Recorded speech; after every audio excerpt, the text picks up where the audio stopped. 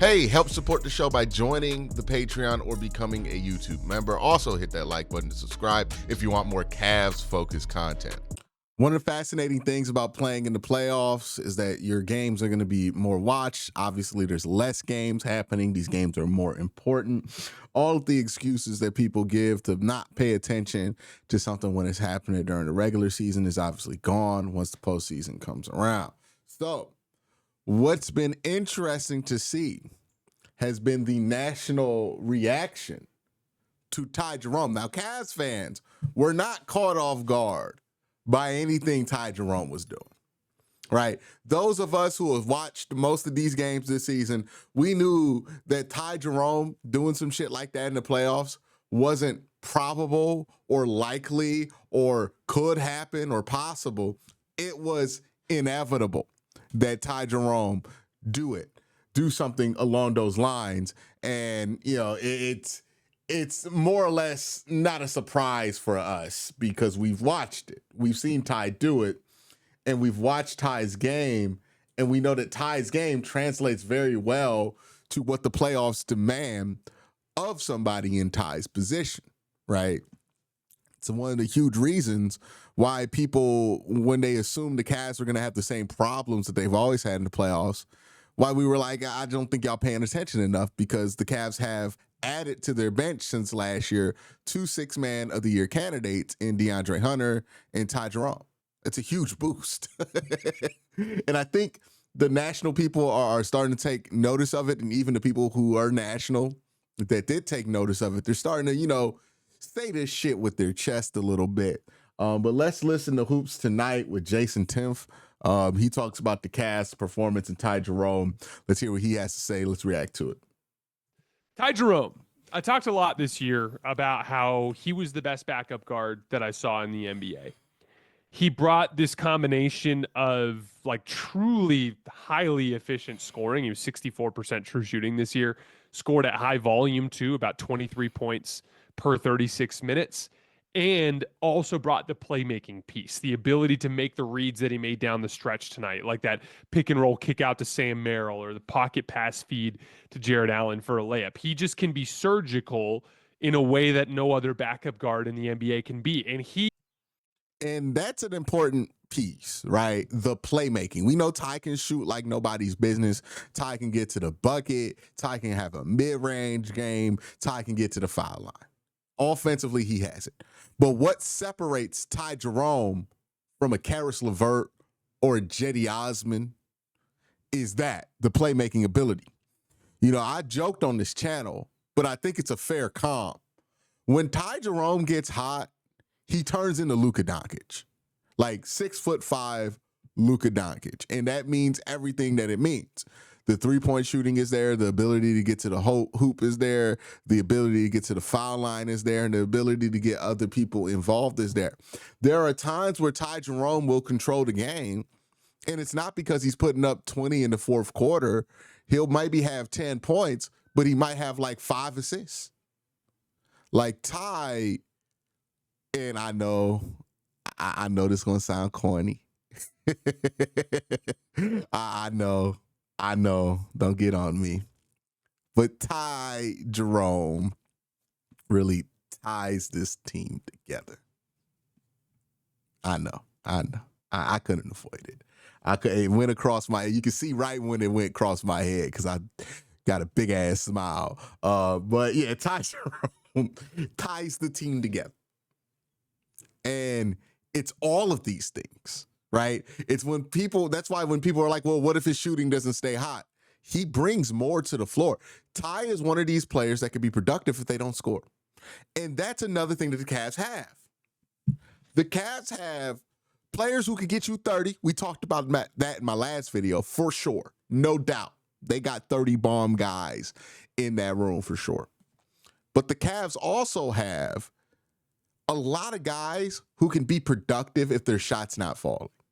If Darius isn't shooting well from the floor, Darius can be very productive by getting people involved and facilitating the ball and just making sure the offense is moving smoothly. It doesn't happen all the time. Darius usually is good to score, but if he's not, going to be able to drop buckets or not asked to do that week, he's going to be fine. He's going to find a way to be productive for you. Donovan Mitchell, he's more or less in that line of needs to be able to score to be useful. But even when Donovan's not having a scorcher of a night, he's active on defense. He's active on the boards. And he's enough of a threat offensively, whether his shot's going in or not, that he's going to have natural gravity that's going to open up other guys. And when his shot's not falling, he does look for those guys most often. So even when his shot's not falling, he could be productive. Evan Mobley is so good defensively and so good as a screen and roll guy that if his shot's not dropping, he can still be productive for you. Same thing with Jarrett Allen, right? And you have just a bunch of guys who could be helpful for you if they're not making a ton of shots. And that's important because the Cavs also have enough guys who can make a ton of shots that you're more than likely going to have one or two guys going offensively, and that you just need to supplement them with some pieces around him. Ty's a huge part of that, and Ty's versatile skill set is going to be important because it's not just going to be the 30-point games for Ty in the playoffs. It's going to be games where Ty gets a couple plays on defense. It's going to be games where Ty facilitates the ball really well in the third quarter, and that leads to getting two other players hot. That's the stuff that's going to become most important with Ty Jerome. He went on a wild run down the stretch of this game. Came in a bunch of different ways, too. Like, he started the run in the fourth quarter by hitting a three to beat a zone look. Like, he was the inbounder, made a pass, stepped in, beat his zone look, knocking down a three. He then just started attacking Tyler Herro in a late clock switch. Like 7 seconds on the shot clock. Instead of panicking and attacking a good defender, he waves over Max Strus to get Tyler Herro into the action, gets Tyler Herro, drives on him, and draws a foul on him. Then he started putting Tyler Herro in ball screens. And that was when he really started to victimize him, because Tyler Herro was not playing physical on the ball. He was not pressuring. He was just kind of running behind Ty Jerome as he was coming off the screens. And so Ty was able to just make simple decisions. Came off the screen, brought in the low man. Davion Mitchell stepped over too far. Rifle pass to Sam Merrill in the right corner. He knocks it down. That's also, like, when I look at this series, I think Miami's big problem is they are a defensive-oriented team. A lot of what they do is about defense, and the Cavs are the better defense in this series. Offensively, the Cavs are a much better offense than Miami, but I think the reason that provides so much of an issue for Miami is this. The Cavs had no problem getting to their spots, getting shots that they feel good about, getting to the hoop, right? Donovan Mitchell, it was green at the hoop, right? He went 10 of 11. Meanwhile, on the other side of the ball, the Cavs basically shut Tyler Herro out from the hoop for the whole second half. The Cavs have elite rim protection. They have really good perimeter defense. That's going to be really difficult to score against, whereas Miami, their rim protection is just simply not enough to stop the Cavs from going to the hoop. And if they do get more aggressive to try to stop the Cavs from going to the hoop, then you're allowing one of the best three-point shooting teams in the NBA to get open looks from three. And we saw how that blew the game open. Like, the Cavs shot poorly from three against Miami. I know they shot 42%, but this is a team that at their best goes about 45, 50% from three. As crazy as that sounds, it's been the norm for this team all year.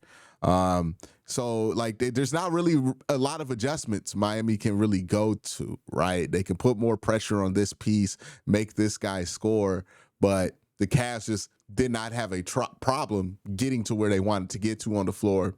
Miami had incredible difficulty getting where they want to get to on the floor, and that's because, again, Ty Jerome, good defender. And the Cavs, they don't have to trot out lineups with bad defenders. As much as people give Darius Garland all kind of garbage about what level of defender he is, Darius is not an awful defender, right? He's not a great defender. He's not a top all-NBA defender. But for a guy his size, he competes well on the defensive side of the floor, which provides enough issues that you can't just attack him. Donovan Mitchell, I think, is an underrated defender at his position, right? The Cavs just consistently pull out these lineups where they have good defenders. Max Strus, Ty Jerome's a really good defender, right? All of these guys, they could just pull off. They don't have to go out there and play any bad defenders. They can go 10 deep without playing a bad defender. Think about that. Like, that's what the Cavs have to their advantage. The one guy you think is questionable is Darius Garland. And if Darius Garland is your weak link defensively, you're fine. Having a 6'5" guard that you can roll in there with Donovan Mitchell makes that even better, because then you don't even have Darius to attack, right? Somebody who can facilitate, somebody who can handle the point, handle the two, even kick over to the three, handle three responsibilities. If you don't have an elite wing, the Cavs can just trickle out these lineups that can overwhelm you, and they're really not even sacrificing that much defensively. Like, that's why the wings are the quote-unquote weakness of the Cavs, right? Is because when you have a wing, you force the Cavs into different lineups. But if you don't have a wing and you allow the Cavs to play Ty Jerome, Donovan Mitchell, and Darius Garland all at the same time, with Evan Mobley on the court, maybe even DeAndre Hunter at the same time to space, you can even have Jared Allen out there. I mean, you have a team that can defend 1 through 5 with 3 legitimate perimeter threats to score. Also, Evan Mobley is a developing perimeter threat, so you can say 4. And hell, even DeAndre Hunter can get his own shot. Like, that's a lot of stress without them having to sacrifice on defense. There's a lot that makes this team different than last year. But boy, having that versatility in your bench is just critical. He had a floater against drop. He brought Bam up and then threw a perfect pocket pass to Jared Allen, who knocked down a layup. He hit a left shoulder fade over him in an ISO. He just was cooking him over and over again. Eventually, Tyler tried to go underneath a ball screen to try to keep Ty Jerome in front, and Ty just stepped into like a 30-footer off the dribble, and he knocked it down. Then finally, the Miami Heat just said, screw it, and they started double teaming, and it was just over from there. They were never able to recover. Even Darius Garland came in and ended up hitting a shot against Tyler Herro in a switch. For the record, Tyler Herro's problems on defense started right from the opening tip. This was not an issue that was just a crunch time issue. He immediately gave up a easy driving dunk out of the right corner to Donovan Mitchell early in the game, gave up an easy closeout to Max Strus for a drop-off for a dunk for Jared Allen. He got back cut by Darius Garland for a floater. He got blown by Darius Garland multiple times. Darius Garland made a layup and missed a layup on easy blow-bys of Tyler Herro. They were even giving up drop coverage buckets with Tyler Herro to Ty Jerome in the first half before we even got to the stuff that we saw in the fourth quarter. So, like, you know, the Heat defense caused some issues for the Cavs in short bursts with their abilities to switch with their bigs. And I thought Davion Mitchell did a really nice job on Donovan Mitchell, just pressuring him and making him work really hard. And the Heat are never going to be a team that goes down easy. They are a super smart team, and they've got some high-level defensive players. And Tyler Herro is a guy that, as you saw, at stretches can knock down shots and drop coverage. And if you leave him open behind the three-point line, he can knock down shots. They have pathways, but they just simply don't have the firepower to keep up with Cleveland. It's a lot of Davion Mitchell running ball screens and like literally initiating offense. It's a lot of like Bam Adebayo taking tough jump shots. It was just really tough. And you know, the Cavs just found solutions. We talked about Herro. Donovan Mitchell finally stopped trying to go at Davion. It almost was like Donovan was taking it personally with Yeah, and I think also another thing that he points out there, a lot of like Miami's threes that they made in this game, which they shot better than average from 3 in game 1, were like these bailout shot clock threes that they made. Like, I think Alex Burke makes like 2 of them. Andrew Wiggins made 2 of them in the first half. And they were getting a lot of those. You expect those not to drop, right? Like, the Cavs really did a good job suffocating them defensively. There were some second chance opportunities that I would love for them to clamp down on and just get the rebound.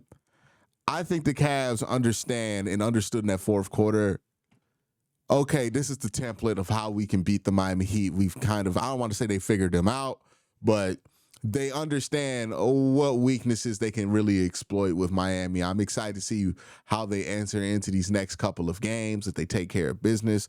But that is Ty Jerome, Jason Tenth on the importance of Ty Jerome, and I fully agree. I think Ty's super important. I hope the Cavs can lock Ty Jerome down to a long-term deal sooner than later, because he is this. He's not the only reason why it's different for the Cavs. There's a lot of reasons why it's different for the Cavs, but boy, does he put it over the top, right? You talk about X factors, Evan Mobley, Ty Jerome.